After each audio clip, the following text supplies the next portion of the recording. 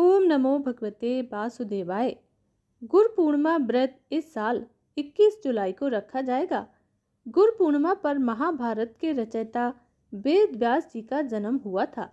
इसी कारण से गुरु पूर्णिमा का पर्व इस दिन मनाया जाता है। गुरु पूर्णिमा के दिन गुरु को दान पुण्य देने से बहुत लाभ होता है। आइए जानते हैं गुरु पूर्णिमा की कथा क्या है। इस साल गुरु पूर्णिमा 2024 में 21 जुलाई दिन रविवार को हो रही है। हिंदू पंचांग के अनुसार आषाढ़ शुक्ल पूर्णिमा के दिन गुरु पूर्णिमा का पर्व मनाया जाता है। पूर्णिमा की तिथि 20 जुलाई को शाम 6 बजे से शुरू होकर के 21 जुलाई 3:47 तक रहेगी। जिस तिथि को सूर्योदय होता है वह तिथि मान्य होती है। इसीलिए 21 जुलाई को ही गुरु पूर्णिमा का पर्व मनाया जा रहा है। गुरु पूर्णिमा व्रत भी 21 जुलाई को ही रखा जाएगा। गुरु पूर्णिमा पर दान पुण्य का बहुत अधिक महत्व होता है। लगभग 3000 ईसा पूर्व पहले आषाढ़ शुक्ल पूर्णिमा के दिन महाभारत के रचयिता वेद व्यास जी का जन्म हुआ था। वेद व्यास जी के सम्मान में हर साल आषाढ़ शुक्ल पूर्णिमा को गुरु पूर्णिमा का दिन मनाया जाता है। मान्यता है कि इसी दिन वेद व्यास जी ने भागवत पुराण का ज्ञान भी दिया था। गुरु पूर्णिमा को व्यास पूर्णिमा के नाम से जाना जाता है। गुरु पूर्णिमा का क्या महत्व है, आइए जानते हैं।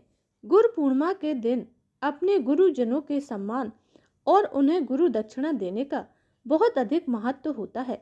ऐसा कहा जाता है कि इस दिन अपने गुरु और गुरु तुल्य वरिष्ठ जनों को मान सम्मान देते हुए उनका आभार जरूर व्यक्त करना चाहिए।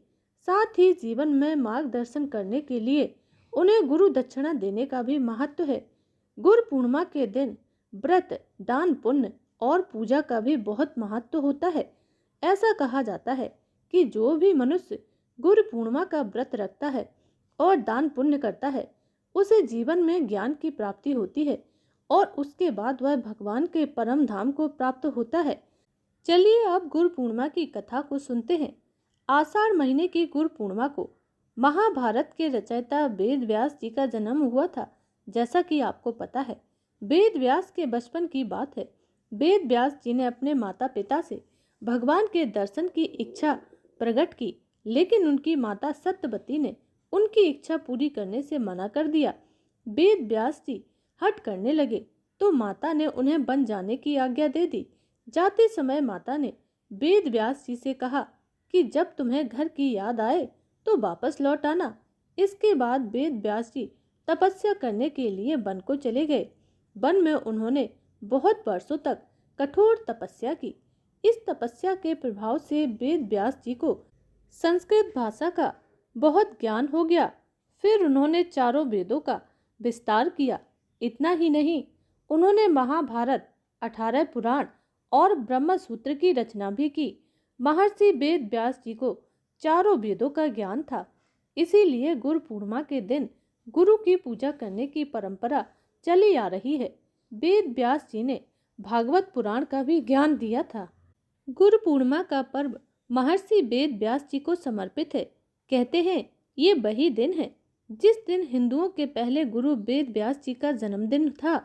महर्षि वेद व्यास जी भगवान विष्णु के अंश के रूप में धरती पर अवतरित हुए थे। इनके पिता का नाम ऋषि पाराशर था और माता का नाम सत्यवती। वेद व्यास जी को बचपन से ही आध्यात्म में बहुत ज्यादा रुचि थी। गुरु का स्थान सभी देवी देवताओं से ऊपर माना गया है। तीनों देव जो कि त्रिदेव माने जाते हैं, यानी कि ब्रह्मा, विष्णु और महेश, इन तीनों से ऊपर गुरु का स्थान माना गया है। गुरु शिष्य परंपरा में गुरु पूर्णिमा का विशेष महत्व होता है। इस दिन को गुरु के प्रति आभार व्यक्त करने का अवसर माना जाता है, क्योंकि गुरु ही है जो हमें अज्ञान के अंधकार से निकालकर ज्ञान रूपी प्रकाश में लेकर आते हैं। इसीलिए शास्त्रों में ऐसा कहा गया है कि गुरु के बिना तो परम ब्रह्म ज्ञान भी और मोक्ष भी प्राप्त नहीं हो सकता है। इसीलिए जीवन में गुरु अत्यंत आवश्यक है। गुरु पूर्णिमा के दिन सर्वार्थ सिद्धि योग है। इस योग का महत्व आप सभी जानते हैं। इस समय में अगर आप कोई भी कार्य करते हैं तो उस कार्य में आपको सिद्धि प्राप्त होती है। मंत्रों का जप करते हैं, पूजा पाठ करते हैं, कोई भी शुभ कार्य करते हैं, तो उसका फल भी आपको कई गुना होकर प्राप्त होता है। किसी भी कामना को पूर्ण करने के लिए अगर आप कोई उपाय करते हैं तो उसका फल भी आपको बहुत ही शीघ्र प्राप्त होता है। तो गुरु पूर्णिमा का दिन और सर्वार्थ सिद्धि का योग होना अपने आप में एक दुर्लभ संयोग है। इस समय में अगर आप अपने गुरु की पूजा करते हैं और उनका आशीर्वाद लेते हैं, गुरु पूर्णिमा के दिन आप जो भी दान पुण्य करते हैं उसका फल आपको कई गुना होकर प्राप्त होता है। गुरु पूर्णिमा के दिन पवित्र नदियों में स्नान करने का विधान हमारे शास्त्रों में बताया गया है। चाहे तो किसी पवित्र नदी में जाकर स्नान कर सकते हैं, या फिर अगर आप किसी पवित्र नदी में स्नान के लिए नहीं जा पाते हैं तो अपने घर में ही सुबह जल्दी उठकर सूर्योदय से पहले गंगा जल मिश्रित जल से आप स्नान कर लें। इससे तो आपको गंगा में स्नान करने के समान ही पुण्य फल प्राप्त होता है। तो आज के दिन गंगा स्नान का विशेष महत्व है। आप चाहें तो घर में कर लीजिए या फिर किसी पवित्र नदी में जाकर के स्नान कर सकते हैं। पूर्णिमा तिथि के दिन स्नान करने के बाद साफ स्वच्छ वस्त्र धारण करके गंगा जल मिश्रित जल से भगवान सूर्य देव को अर्घ्य देना चाहिए। आप एक तांबे के पात्र में थोड़ा सा गंगा जल मिला लीजिए, फिर उस जल से उसे पूर्ण भर दीजिए और उसमें आप रोली, हल्दी, अक्षत इत्यादि डाल करके लाल पुष्प डालकर भगवान सूर्य देव को नमस्कार करते हुए उन्हें अर्घ्य दीजिए। इसके बाद अपने घर के मंदिर में जो भी देवी देवता विराजित हैं उनकी विधि विधान के साथ पूजा कीजिए। शुद्ध घी का दीपक घर के मंदिर में प्रज्वलित करिए। इसके बाद अपने हाथ में जल और पुष्प लेकर व्रत का संकल्प कीजिए कि आज आप गुरु पूर्णिमा के व्रत को धारण कर रहे हैं। व्रत में, पूजा पाठ में अनजाने में कोई भी भूल चूक हो जाती है, उसके लिए क्षमा प्रार्थना करके भगवान से प्रार्थना कीजिए कि वह आपकी मनोकामना को पूर्ण करें, आपके ऊपर अपनी कृपा दृष्टि सदा बनाए रखें।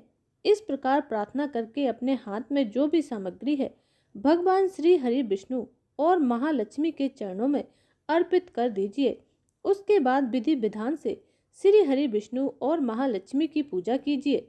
अगर आपके पास विग्रह है श्री हरि विष्णु का और महालक्ष्मी का तो आप उसका अभिषेक कर सकते हैं और गंगा जल से मिश्रित या फिर कच्चे दूध में केसर मिलाकर या फिर पंचामृत से अभिषेक करने के बाद भगवान श्री हरि विष्णु को पीले वस्त्र पहनाएं, माँ लक्ष्मी जी को लाल वस्त्र पहनाएं। उसके बाद धूप, दीप, अक्षत, पुष्प, नैवेद्य इत्यादि अर्पित करके विधि विधान से श्री लक्ष्मी नारायण की आराधना कीजिए। आज के दिन लक्ष्मी नारायण की पूजा करने से समस्त प्रकार की धन संपत्ति की प्राप्ति होती है।